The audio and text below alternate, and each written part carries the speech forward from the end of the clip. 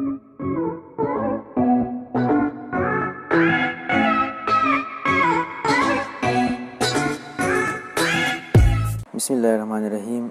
अस्सलाम वालेकुम। आप देख रहे हैं doctor Mohammad Nisar YouTube channel, और इस वीडियो में हम ये सीखेंगे कि ब्लड प्रेशर को हम हाइपरटेंशन कब कहते हैं।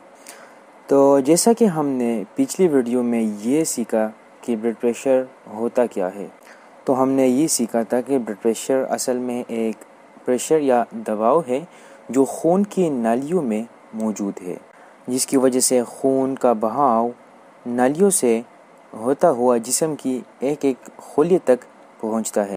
अब ये खून का दबाव वक्त और हालात की लिहाज से कम और ज़्यादा रहता है, यानी कि इसके रेंजेस बदलते रहते हैं।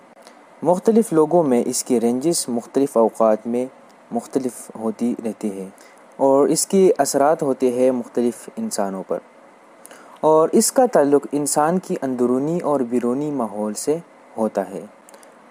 और इस ब्लड प्रेशर को हम हाइपरटेंशन कब कहते हैं, जब इंसान के नॉर्मल हालात में भी, यानी कि जब कोई अंदरूनी या बैरूनी इन्फ्लुएंस नहीं हो, इन सूरतों में भी ब्लड प्रेशर का जो लेवल है वो ख़ास लिमिट से ज़्यादा रहता है, और ये लिमिट्स मुख्तलिफ़ औक़ात में बदलते रहते हैं। तो आजकल हमने इन लिमिट्स को कुछ स्टेजेस में डिवाइड की है।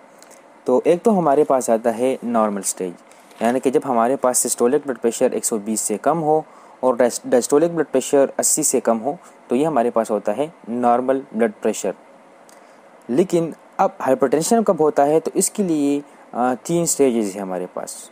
सबसे पहला स्टेज जो है स्टेज नंबर 1, जब हमारे पास सिस्टोलिक ब्लड प्रेशर 130 से 139 तक चला जाता है और डायस्टोलिक ब्लड प्रेशर 80 से 89 तक ये चलता रहता है मुस्तकिल, तो ये हमारे पास स्टेज 1 में आता है।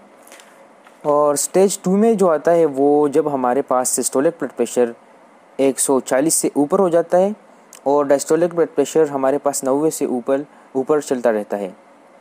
और स्टेज 3 हमारे पास वो होता है जब हमारे पास सिस्टोलिक ब्लड प्रेशर 190 से ऊपर कंटिन्यूसली होता है और डायस्टोलिक ब्लड प्रेशर हमारे पास 110 से ऊपर रहता है।